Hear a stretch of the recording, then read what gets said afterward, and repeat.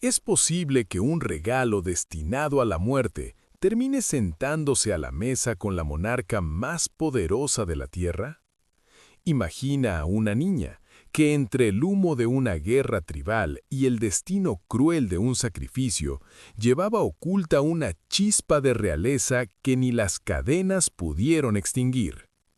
Hoy desenterramos el asombroso relato de una pequeña que cruzó océanos de sombras para convertirse en el secreto más tierno y protegido de la corona británica.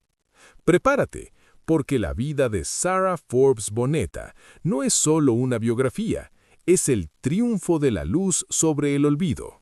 Bajo el cielo encendido de la nación Egbado, en las tierras que hoy conocemos como Nigeria, la pequeña Aina corría con la libertad que solo poseen los hijos de los reyes. Ella no era una niña común, era una Omoba, una princesa de sangre noble que crecía entre el aroma de la tierra mojada por el monzón y el murmullo de una corte que la adoraba. Pero la paz en África Occidental era un cristal delgado en 1848, la sombra del reino de Dahomey, una potencia militar temida por su ferocidad, se alargaba sobre su hogar. Una madrugada, el aire se llenó de un estruendo metálico y gritos que desgarraron el silencio del amanecer. Las murallas de su mundo cayeron. Aina vio cómo el fuego devoraba los techos de paja y cómo el destino de su estirpe se sellaba en sangre. Sus padres, los soberanos que debían protegerla, cayeron ante los invasores, y ella, con apenas 5 años, pasó de ser la joya de un palacio a ser una cautiva en las mazmorras de Abomey. Durante 2 años largos y asfixiantes, Aina vivió en el limbo de los condenados. En la corte del rey Yeso, los prisioneros no eran esclavos de trabajo, sino ofrendas latentes. El destino de la niña estaba marcado. Debía ser sacrificada en las costumbres anuales, ritos donde la sangre de los vencidos alimentaba el prestigio de los ancestros de Dahomey. Cada día que el sol se ponía era un milagro que ella siguiera respirando. Sin embargo, en 1850, el destino envió un emisario inesperado. El capitán Frederick Forbes, de la Armada Real Británica, llegó a las costas africanas a bordo del HMS Boneta con una misión diplomática: convencer al rey Yeso de que abandonara el comercio de carne humana. Forbes, un hombre de mirada firme pero corazón compasivo, observó a la pequeña cautiva en medio de la opulencia sangrienta de la corte. Algo en la dignidad de sus ojos, a pesar de la suciedad y el miedo, le conmovió profundamente. El capitán sabía que no podía comprarla, pues Gran Bretaña había abolido la esclavitud, y él no podía participar en tal transacción. Pero su ingenio fue más rápido que la diplomacia. Forbes le sugirió al rey que la niña fuera un presente para la reina Victoria, un gesto de buena voluntad entre soberanos. Yeso, viendo una oportunidad de honrar a la lejana monarca blanca, accedió. Así, en la cubierta del barco que le daría su nuevo nombre, Aina dejó de existir para nacer como Sarah Forbes Boneta.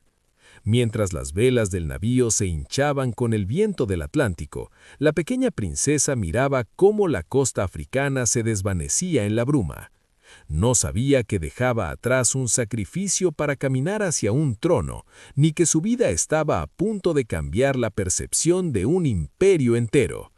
El océano, inmenso y aterrador, era ahora el único puente entre su tragedia y una gloria que nadie habría podido imaginar. El viaje a bordo del HMS Boneta fue para Sarah un torbellino de nuevas sensaciones y miedos silenciados. El salitre en el aire, el balanceo constante del barco, las voces de los marineros que sonaban como cánticos extraños. El capitán Forbes, con una mezcla de paternalismo y asombro, observaba a la niña. Rápidamente notó su inteligencia aguda y su innata curiosidad. Sarah no tardó en aprender fragmentos de inglés, adaptándose con una facilidad asombrosa a este mundo completamente ajeno al suyo. Los horrores de Dahomey parecían alejarse con cada ola, reemplazados por la promesa incierta de una vida nueva. Forbes sabía que no podía simplemente dejar a la niña en un orfanato. Ella no era una huérfana cualquiera, era, en su manera, realeza, y además un regalo formal a la soberana británica. Cuando el HMS Bonetta atracó en Portsmouth en 1850, Sarah pisó tierra inglesa por primera vez. El frío, la ropa extraña y la inmensidad de un mundo completamente nuevo la abrumaron. Fue presentada a la reina Victoria en el castillo de Windsor, un lugar de cuento de hadas donde la piedra antigua susurraba historias de siglos. La pequeña princesa africana, con su piel de ébano y sus grandes ojos oscuros, apareció ante la monarca más poderosa del mundo. La reina Victoria, ya madre de varios hijos y con un corazón sensible, quedó inmediatamente fascinada. No vio a una salvaje o a una esclava, vio a una niña inteligente, de una calma y dignidad sorprendentes para su edad y un halo de melancolía que la conmovió profundamente. Desde ese primer encuentro, la relación entre la reina y Sarah se forjó en una mezcla de curiosidad, afecto y sorprendentemente respeto mutuo. La reina no tardó en declarar a Sarah su ahijada. Esta decisión no era una simple formalidad, significaba que la corona asumiría su cuidado y educación. Sarah no viviría en el palacio de forma permanente, pero la reina se aseguró de que tuviera una vida privilegiada, digna de su estatus. Pagó por los mejores tutores y la envió a internados selectos, primero en Brighton y luego, por consejo médico debido al frío y húmedo clima inglés que afectaba su salud, a la escuela de la iglesia en Freetown, Sierra Leona. Esta época fue un tiempo de descubrimiento para Sarah. Aprendió inglés, música, mostrando un talento excepcional para el piano, matemáticas y literatura, absorbiendo el conocimiento con una avidez que asombraba a sus maestros. Era una estudiante brillante, con una memoria prodigiosa y una gracia natural que desmentía su origen traumático. La reina Victoria siguió de cerca su progreso, recibiendo informes regulares sobre su salud y sus estudios, e invitándola con frecuencia a Windsor y Osborne House, su residencia de verano. En estos encuentros, Sarah no era tratada como una simple protegida, sino como una miembro de la familia real extendida. Compartían té, paseos por los jardines y conversaciones. La reina, en sus diarios, registraba su admiración por la pequeña Sarah, destacando su inteligencia y la dulzura de su carácter. El contraste entre la pequeña niña destinada al sacrificio en Dahomey y la joven que ahora conversaba con la reina de Inglaterra no podía ser más impactante. Sarah Forbes Bonetta no era solo un experimento de la filantropía victoriana, era la prueba viviente de que el espíritu humano puede florecer incluso después de las más oscuras tormentas, y de que la dignidad y la nobleza no conocen fronteras de raza o cuna, solo un corazón que late con fuerza. El regreso de Sarah a Inglaterra tras su estancia en Sierra Leona marcó el inicio de su transformación definitiva en una dama de la alta sociedad victoriana. A medida que dejaba atrás la infancia, la joven princesa se convertía en una figura magnética que desafiaba todas las convenciones de la época. No era solo la protegida de la reina, era una mujer de una inteligencia deslumbrante que hablaba con una elocuencia perfecta y se movía por los salones de Windsor con una seguridad que dejaba atónitos a los aristócratas más rígidos. Su educación, financiada hasta el último penique por la corona, había dado frutos extraordinarios. Sarah no solo dominaba el piano con una sensibilidad que arrancaba lágrimas, sino que resolvía complejos problemas matemáticos con una rapidez que pocos caballeros de la corte podían igualar. La reina Victoria, fascinada por el éxito de su ahijada, la integró aún más en su círculo íntimo. Sarah asistía a banquetes, funciones de ópera y paseos privados, convirtiéndose en una presencia constante en la vida de la monarca. Sin embargo, este brillo social no estaba exento de sombras. Sara vivía en un equilibrio precario entre dos mundos. Por un lado, era una princesa africana de linaje real y la favorita de la mujer más poderosa de la tierra. Por otro, era una mujer negra en una Inglaterra que, aunque admiraba su exotismo y su gracia, seguía siendo un imperio construido sobre cimientos de prejuicios. A pesar de esto, Sara navegaba esas aguas con una dignidad inquebrantable, recordando siempre quién era y de dónde venía, manteniendo viva la llama de su origen egvado bajo las capas de seda y encaje victoriano. A medida que Sara cumplía los 18 años, la cuestión de su futuro comenzó a ocupar la mente de su real madrina. En la era victoriana, el destino de una mujer de su posición era inevitablemente el matrimonio. Fue entonces cuando apareció en escena James Pinson Labulo Davis, un hombre que parecía el espejo masculino de la propia Sara. Davis era un acaudalado comerciante y filántropo yoruba, un antiguo oficial de la Marina Real que había amasado una fortuna y gozaba de un gran prestigio tanto en África como en Inglaterra. Cuando James solicitó formalmente la mano de Sara, ella inicialmente dudó. No era una cuestión de falta de méritos del pretendiente, sino el deseo de una mujer joven que, tras haber sido propiedad de un rey y protegida de una reina, anhelaba por primera vez ser dueña absoluta de sus propias decisiones. La reina Victoria, actuando con la autoridad de una madre y la visión de un estadista, instó a Sara a aceptar la unión, viendo en James el compañero perfecto que podría ofrecerle seguridad y una conexión con sus raíces africanas sin perder su estatus británico. Tras un periodo de reflexión y correspondencia, Sara aceptó. Los preparativos para la boda fueron un despliegue de opulencia que Londres no olvidaría fácilmente. Se dice que la reina misma supervisó parte del ajuar, asegurándose de que su ahijada luciera como la verdadera princesa que siempre fue. El compromiso de Sara no era solo la unión de dos personas, sino el símbolo de una nueva era donde los puentes entre continentes se construían no con cadenas, sino con anillos de oro y promesas de respeto mutuo. El 14 de agosto de 1862, la ciudad de Brighton se despertó bajo un cielo de seda gris, envuelta en una expectación que hacía vibrar las calles empedradas. No era una mañana cualquiera.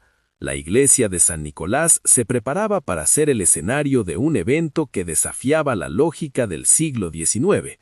10 carruajes majestuosos, tirados por caballos de crines brillantes, formaron una procesión que parecía extraída de un sueño imperial. En el interior del coche principal, envuelta en satén blanco y encajes de Honiton, que habían sido un regalo personal de la reina Victoria, Sarah Forbes Bonetta respiraba hondo. A su lado, una comitiva de damas de honor, una mezcla armoniosa de jóvenes inglesas y africanas de alta alcurnia, caminaba hacia el altar donde James Pinson Labulo Davis esperaba con la firmeza de un roble. La ceremonia fue un despliegue de elegancia sin precedentes. La alta sociedad británica observaba en silencio cómo la princesa que una vez fue destinada al sacrificio caminaba ahora sobre alfombras rojas, bajo el patrocinio directo de la corona. Al terminar el rito, el banquete fue una celebración de la dualidad de Sara. Se brindó con el mejor champán francés mientras se discutían asuntos de comercio en Lagos.